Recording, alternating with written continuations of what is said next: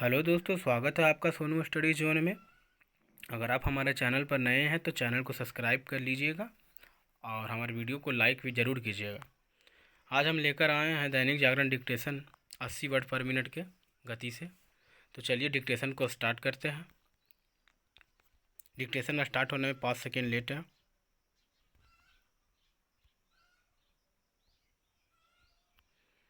Start.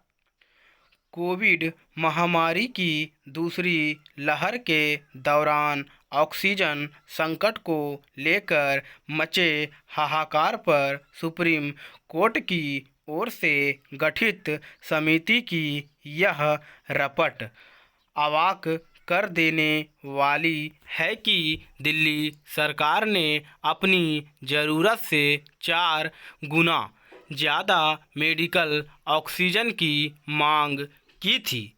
इस समिति के अनुसार दिल्ली सरकार की ओर से बढ़ा चढ़ाकर की गई इस मांग के कारण कम से कम 12 राज्यों को ऑक्सीजन संकट से जूझना पड़ा।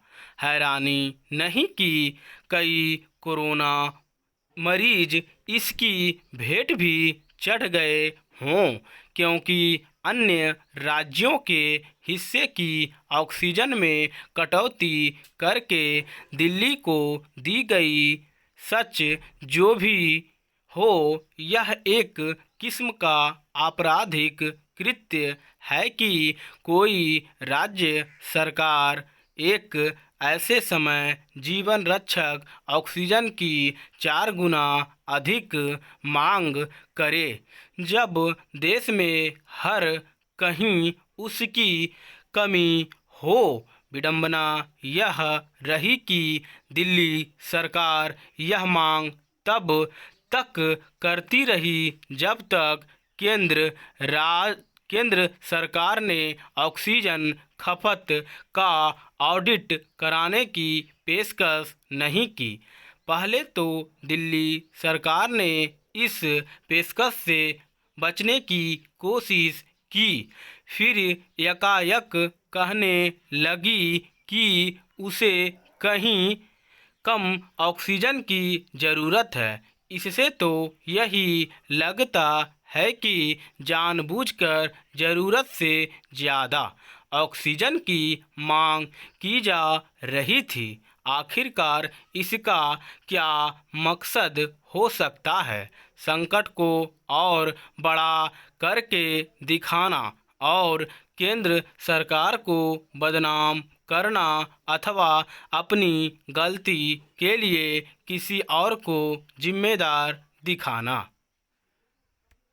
दिल्ली सरकार का मकसद जो भी हो, इसकी अनदेखी नहीं की जा सकती कि उसकी ऑक्सीजन संबंधी मांग को सही समझकर दिल्ली उच्च न्यायालय केंद्र सरकार को न केवल फटकार लगाने में लगा हुआ था, बल्कि उसके अधिकारियों के खिलाफ अवमानना की कार्रवाई शुरू करने को भी तैयार था।